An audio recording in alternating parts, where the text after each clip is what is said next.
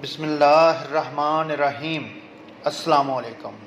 मैं doctor Mohammad Ashfaq Awan life care medical clinic से बात कर रहा हूँ।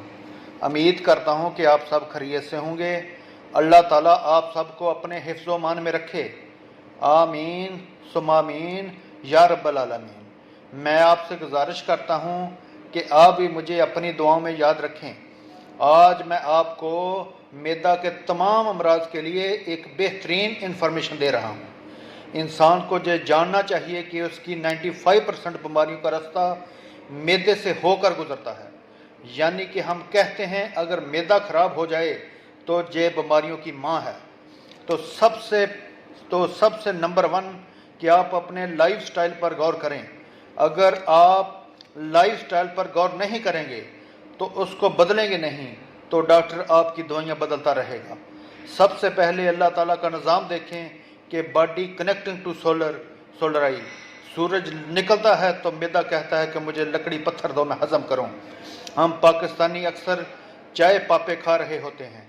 सूरज डूबने के बाद आपका मैदा 80% काम नहीं करता। हम कढ़ाई पिज़्ज़ा और बर्गर खा रहे होते हैं।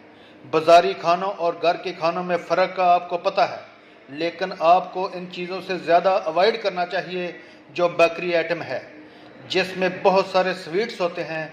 आर्टिफिशियल स्वीट्स हम खा रहे होते हैं।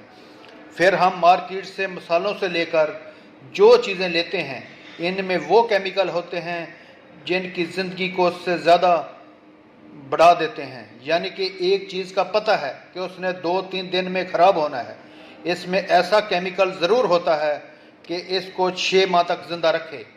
अब लाइफ हमारी ऐसी हो गई है कि हम ज़्यादा से ज़्यादा वो चीज़ें खा रहे होते हैं जो खाने के बाद ख्याल तो आपने बहुत रखा है। अच्छा, इसके बाद फिर हमारा जो दूसरा मसला है, सबसे बड़ा मसला, हम खाना खाकर नवाले को नीचे फेंक देते हैं जो कि सही तरह हज़म नहीं होता। खाने को आस्ता आस्ता चबा कर खाएँ। एक तो आप आराम से खाएं, सुन्नत भी पूरी हो रही होती है और बीमारी से भी आप बच रहे होते हैं। फिर सेकंडली, खाना खाने से पहले पानी ज़रूर पिएं ताकि खाने वाला रास्ता थोड़ा सा सॉफ्ट और नरम हो जाए। फिर एक दरमियान में ज़रूरत पड़े तो पानी ले लें, पानी पी लें। खाने के बाद पानी हरगिज़ ना पिएं, सुन्नत में भी मना है। अगर मैदे में गैस तेज़ाबियत वगैरह हो रही है तो घर में एक चूरन बनाएं। इसमें आपने डालना क्या है?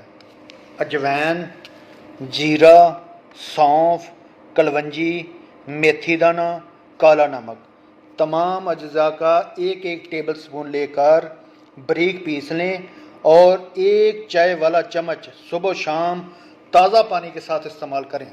ये मैदे का बहुत ही बेहतरीन चूरन है। ये आप आसानी से अपने घर में बना सकते हैं।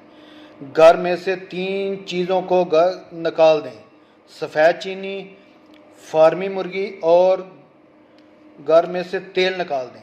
सरसों का तेल लें, राई का तेल लें, मूंगफली का तेल लें।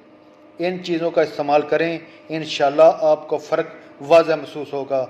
मेरे इस YouTube चैनल को ज़्यादा से ज़्यादा लाइक, शेयर, सब्सक्राइब करें और बेल आइकॉन को लाजमी प्रेस करें ताकि नई आने वाली हर वीडियो आप तक आसानी से पहुंच सके।